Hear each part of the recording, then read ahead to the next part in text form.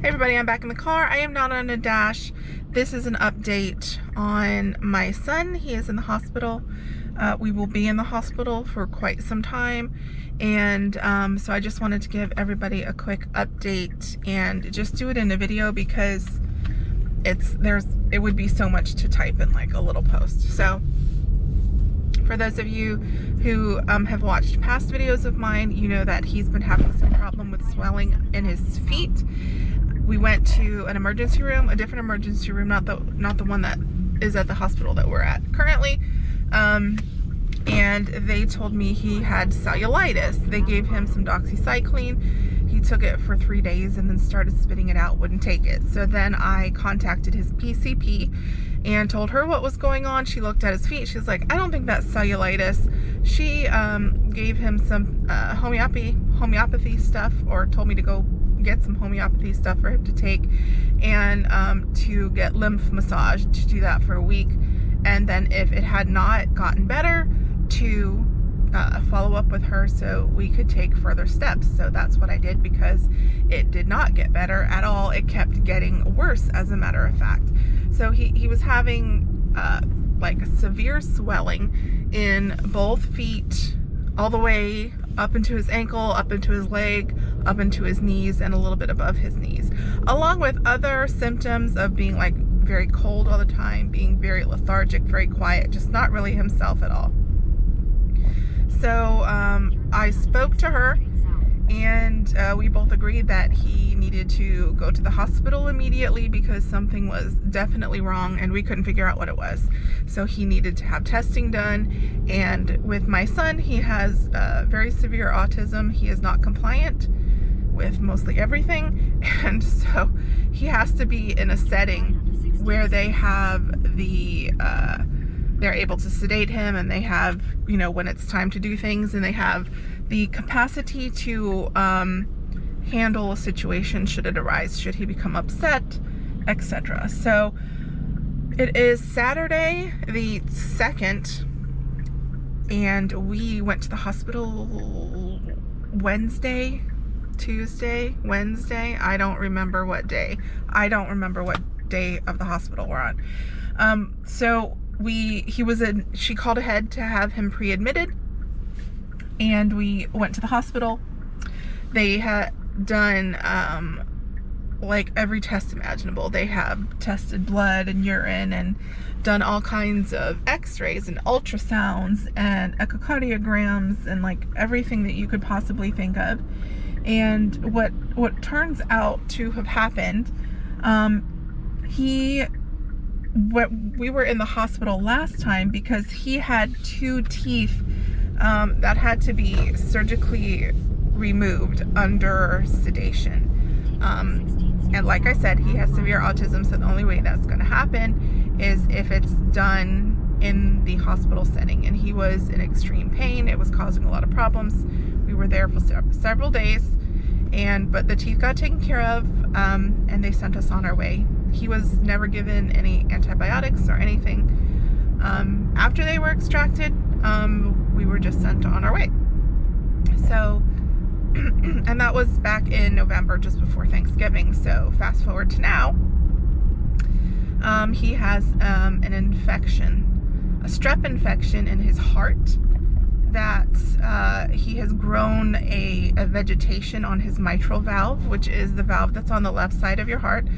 It is, I saw the echocardiogram. It is basically there's like 2 flaps on that valve, and it's on one of the flaps, just this huge vegetation flapping around like crazy. Oh, I thought she was going to turn there. Never mind.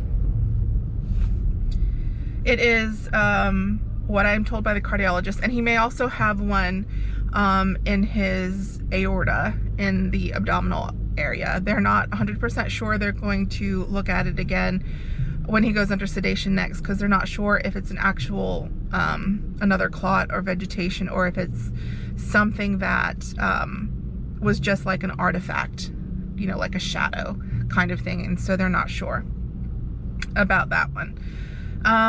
The infection is in his blood. It grew on his blood culture. It's strep. They don't know specifically which strain of strep it is. So he's being treated with broad spectrum antibiotic at this time until the culture can grow some more, and then they know specifically what strep it is, and then they may need to change the antibiotic he's on. He has to receive IV antibiotics. So with the vegetation, this is what the cardiologist told me.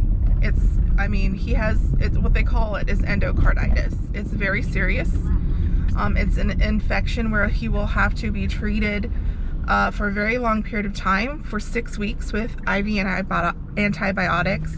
And that's 6 weeks after he has had 2 negative blood cultures.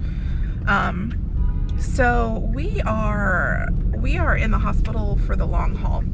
There are some complications that could come from the vegetation.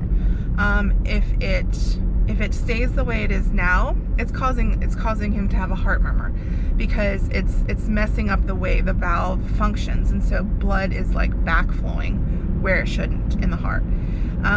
If it gets more severe, because the vegetation doesn't resolve, gets bigger or whatever, then heart surgery might be needed if the murmur becomes severe, because then the heart won't be functioning properly, and they'll have to replace the heart valve so that he doesn't have problems with his heart.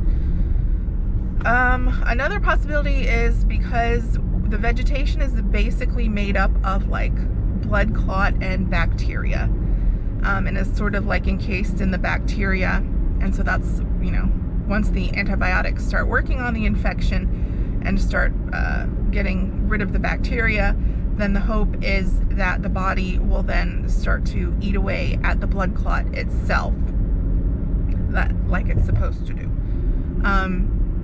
They're not going to treat him with any kind of anticoagulation, because from what the cardiologists and hematologists are telling me, that would actually make it worse, because it's on the left side of his heart. If you start treating it with an anticoagulant, you are increasing the chance that a chunk of it could break off and be pumped to any part of his body, including his brain, which of course would be catastrophic and could cause a stroke and everything. So we just have to treat the infection and keep monitoring it to see how it improves and how it goes. The hope, of course, is that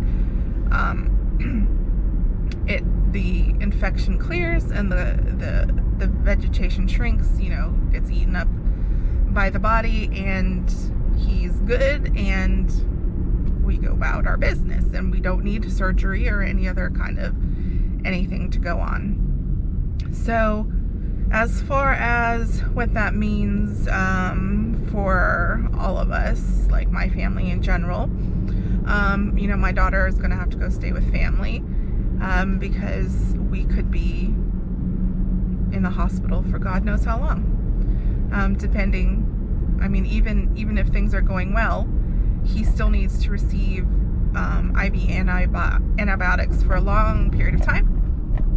And it's not something that I could do at home, or even with home health, because he just would not, he'd tear the PICC line out as soon as he got the first chance.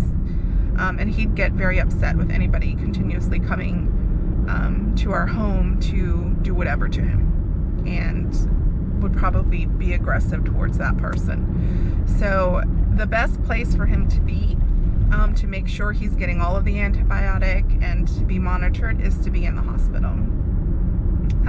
So my daughter will be with family, which is very close by to the hospital. Like, everybody's really close. So they provided a sitter. He has a 24/7 sitter in the room with us at all times.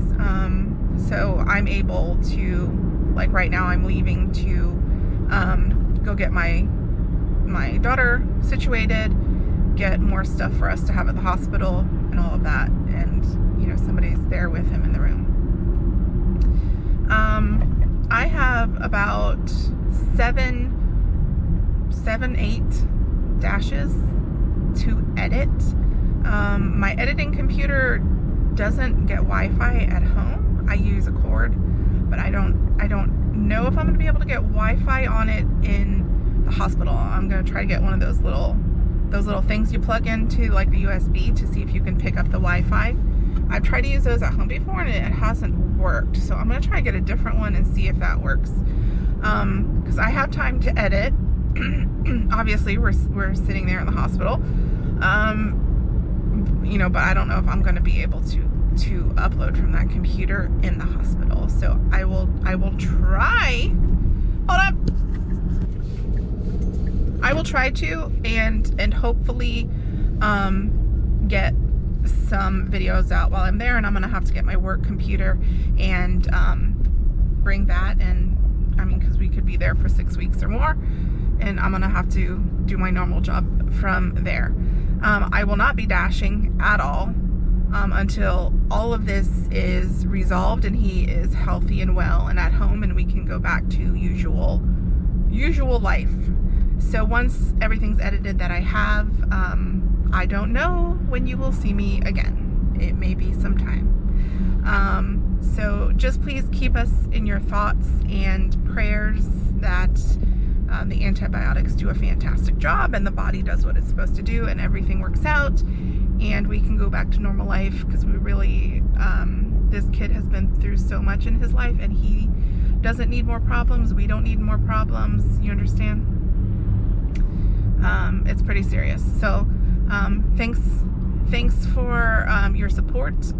I did see some of the things before I left home, the comments after I posted, but I don't really know what else to say. We're in a tough spot right now, and prayers, please. That's all I can say. All right, guys. Hope to see you soon.